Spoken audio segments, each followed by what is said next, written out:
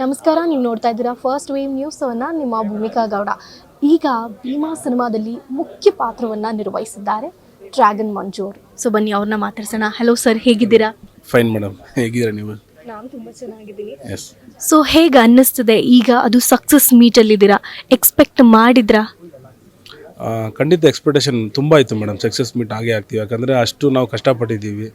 Sir ಅದು night and day ಇವಾಗ ಸ್ಟೇಜಲ್ಲಿ ಹೇಳಿರ್ಬೋದು, ಅವರು ಮಲಗೋ ಟೈಮು ಮತ್ತು ತಿನ್ನಲ್ಲ ಕರೆಕ್ಟಾಗಿ, ಊಟ ಟೈಮ್ ಊಟ ಮಾಡಲ್ಲ. ಸೊ ಅಷ್ಟೆಲ್ಲ ಹೋರಾಡಿ ಆ ದೇವರು ಎಲ್ಲ ಒಂದು ಕಡೆ ಫಲ ಕೊಡ್ತಾನೆ ಅಂತ ಅಂದ್ಕೊಂಡಿದ್ವಿ. ಖಂಡಿತ ಇಷ್ಟು ದೊಡ್ಡ ಸಕ್ಸಸ್ ಕೊಟ್ಟ ಆ ದೇವರಿಗೆ ಮತ್ತು ದುನಿಯಾಜಿ ಸರ್ಗೆ ತುಂಬ ಧನ್ಯವಾದ ಹೇಳ್ಕೋಬೇಕು. ಮತ್ತು ಈ ಸಕ್ಸಸ್ಗೆ ಮುಖ್ಯ ಕಾರಣರಾದ ಮೀಡಿಯಾ ಪೀಪಲ್ ಮತ್ತು ಈ ಕರ್ನಾಟಕ ಜನತೆಗಳು ಮತ್ತು ಎಲ್ಲಿಂದ ನಮ್ಮ ಭೀಮನ ಸಪೋರ್ಟ್ ಮಾಡ್ತಾ ಇದ್ದಾರೋ, ಭೀಮನಿಗೆ ಎಷ್ಟು ಬಲ ಕೊಡ್ತಾರೆ, ಎಲ್ಲರಿಗೂ ದೊಡ್ಡ ಧನ್ಯವಾದ. ಹೇಗೆ ಸಿಕ್ಕಿದ್ದು ಡ್ರ್ಯಾಗನ್ ಮಂಜು ಅವರು ದುನಿಯಾ ವಿಜಯ್ ಅವರ ಕೈಗೆ? ಮೇಡಮ್, ಮುಂಚಿತವಾಗಿ ಹೇಳ್ದಂಗೆ ಸಾರ್ ಅವ್ರ ಫ್ರೆಂಡ್ ಅವ್ರ ಡೆತ್ತಲ್ಲಿ ಮೀಟ್ ಆಗಿ ಅಗೇನ್ ಓಕೆ ಎಲ್ಲ ಕಷ್ಟ ಸುಖ ಕೇಳಿ ಆಯಿತು.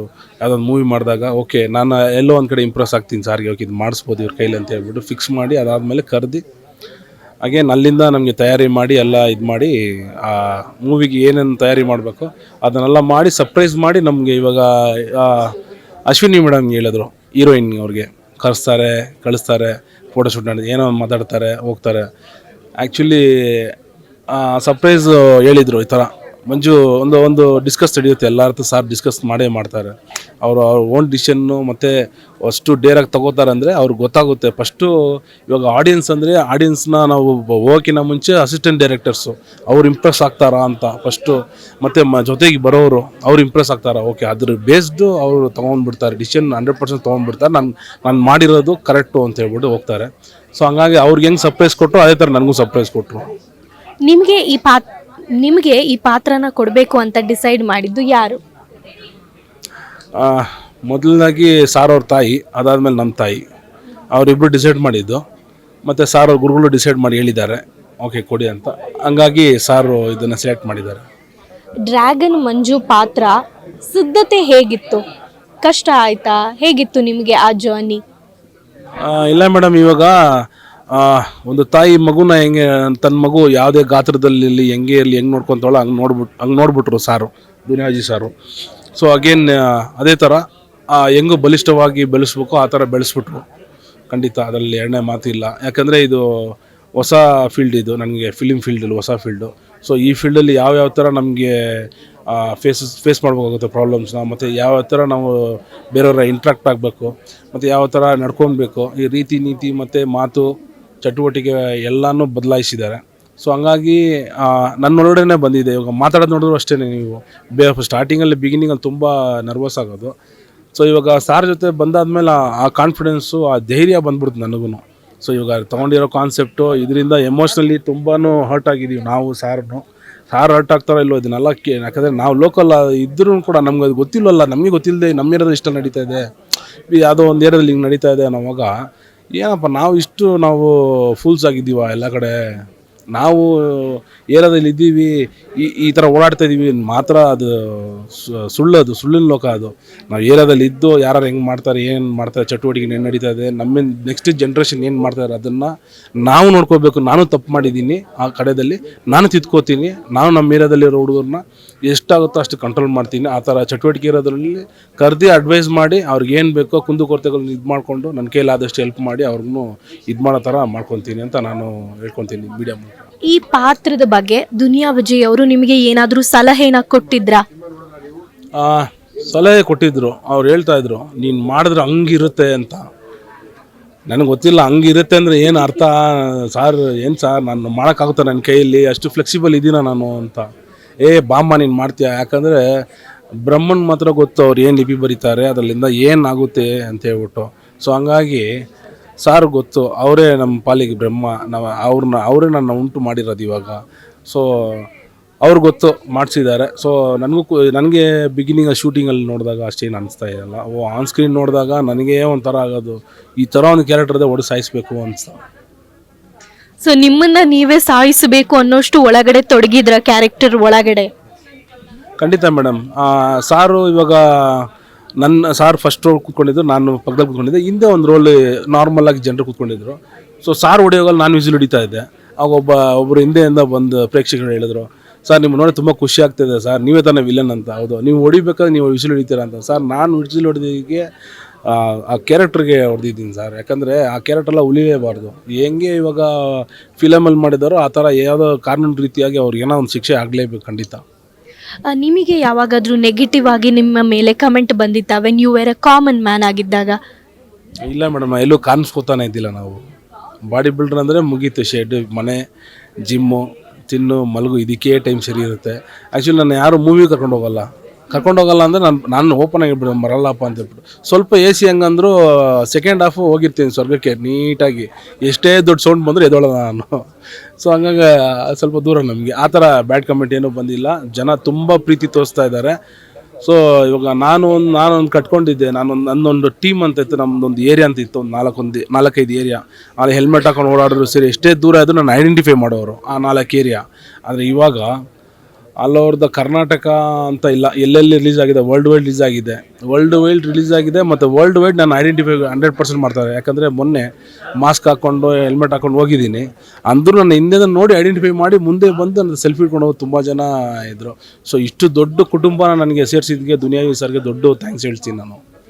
ಈಗ ನಿಮಗೆ ರೋಡಲ್ಲಿ ಅಥವಾ ಎಲ್ಲಾದರೂ ಪ್ರಯಾಣ ಮಾಡಬೇಕಾದ್ರೆ ಈ ಡ್ರ್ಯಾಗನ್ ಮಂಜು ಬರ್ತಿದ್ದಾರೆ, ಒಂದು ಸೆಲ್ಫಿ ತಗೋಬೇಕು ಅಂತ ಹೇಳಿದಾಗ ಎಷ್ಟು ಖುಷಿ ಆಗುತ್ತೆ?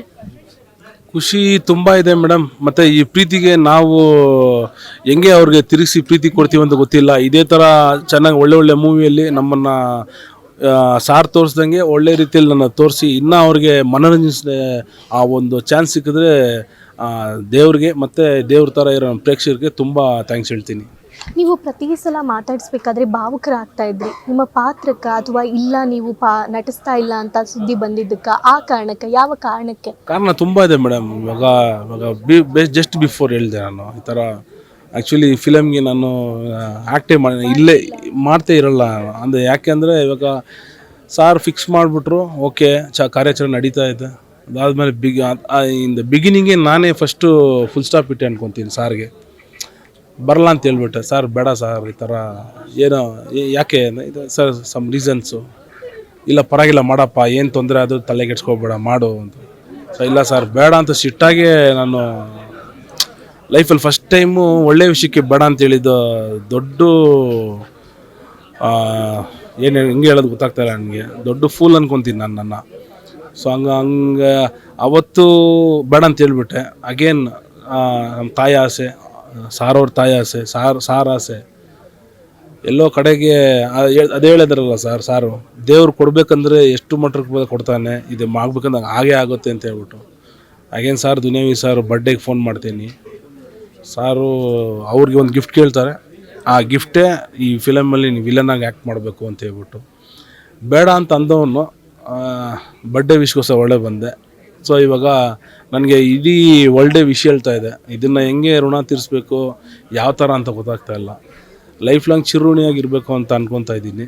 ಯಾವುದೇ ಕ್ಷಣ ಯಾವುದೇ ಒಂದು ಇದರಲ್ಲಿ ಸಾರ್ ಬಗ್ಗೆ ತಪ್ಪಾಗಿ ನನ್ನ ಮೈಂಡಲ್ಲಿ ಬಂದಾಗ ಆ ಕ್ಷಣ ಜೀವ ಹೋದರೂ ನಾನು 100% ಚಿಂತೆ ಪಡಲ್ಲ, ಅಷ್ಟು ಚಿರುಣಿಯಾಗಿರ್ಬೇಕಂತ ಅನ್ಕೋತಾ ಇದ್ದೀನಿ. ಯಾಕಂದರೆ ಯಾರೋ ನೋಡಿ ನೆಕ್ಕಿದ್ರು ನಮ್ಮನ್ನೆಲ್ಲ, ಅವ್ರಂಗೆ ಮಾಡಿಬಿಡ್ತಾರ ಹಂಗೆ ಹಿಂಗೆ ಅಂತ ಹೇಳ್ಬಿಟ್ಟು.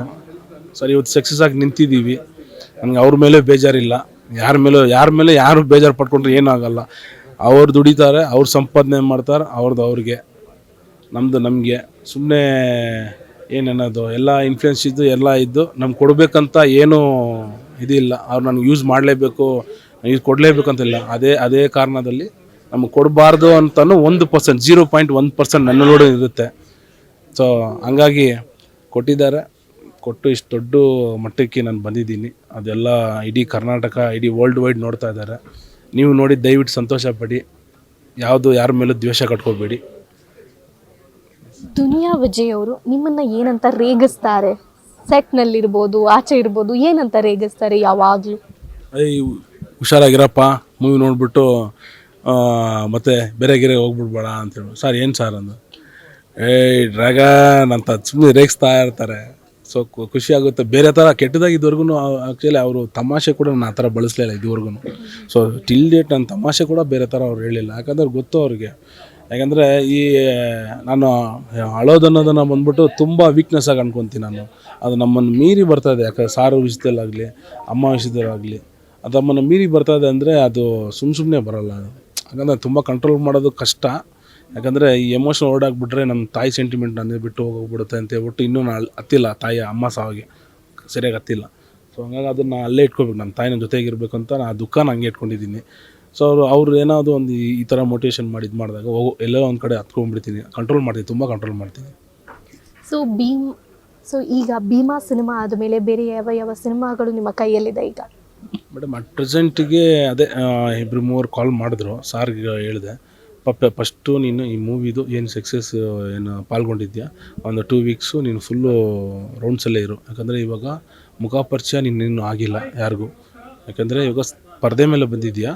ಸೊ ಡೈರೆಕ್ಟಾಗಿ ಹೋಗಿ ಪ್ರೇಕ್ಷಕರನ್ನೇ ಹೋಗಿ ಮೀಟ್ ಮಾಡು ಅಂತ ಹೇಳ್ಬಿಟ್ಟು ಹೇಳಿದ್ದಾರೆ. ಸೊ ಇನ್ನೂ ಅವ್ರ ಮನಸ್ಸಲ್ಲಿ ಇನ್ನೂ ಆಳವಾಗಿ ಕೂತ್ಕೊಂಡ್ಬಿಡು ಅಂತ. ಸೊ ಹಂಗಾಗಿ ಆ ಕಾರ್ಯಾಚರಣೆದಲ್ಲಿ ಇದ್ದೀವಿ. ಸೊ ಇದನ್ನು ಏನು ಫೋನ್ ಮಾಡ್ತಾರೆ ಏನು ಮಾಡ್ತಿದ್ದಾರೆ ಅವ್ರಿಗೆಲ್ಲ ಒಂದು ಬ್ರೇಕ್ ಕೇಳಿದ್ದೀವಿ. ಸರ್ ಒಂದು ಬ್ರೇಕ್ ಕೊಡಿ. ಯಾಕಂದರೆ ಇವಾಗ ನಮ್ಮನ್ನು ನಂಬಿ ಪ್ರೊಡ್ಯೂಸರ್ಸ್, ಲವ್ಲಿ ಪ್ರೊಡ್ಯೂಸರ್ಸ್ ಇಬ್ಬರು, Jagadish sir and Krishna Sarthak sir, ಇಷ್ಟು ದೊಡ್ಡ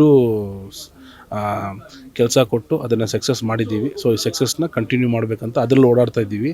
ಸೊ ಸದ್ಯಕ್ಕೆ ಬರೋ ಕಾಲ್ಸ್ನ ಸ್ವಲ್ಪ ಅವಾಯ್ಡ್ ಮಾಡ್ತಾಯಿಲ್ಲ, ಸ್ವಲ್ಪ ಬ್ರೇಕ್ ಕೊಡ್ತಾಯಿದ್ದೀವಿ, ಒಂದು ಪಾಸ್ ಕೊಡ್ತಾಯಿದ್ದೀವಿ. ನಮ್ಮ ಕಡೆಯಿಂದ ಆಲ್ ದ ಬೆಸ್ಟ್. ಭೀಮಾ ಇನ್ನೊಂದಷ್ಟು ದಿನಗಳು ಓಡಲಿ, ಸಕ್ಸಸ್ಫುಲ್ ಕಾಣಲಿ ಅಂತ ಹೇಳ್ತೀವಿ. Thank you.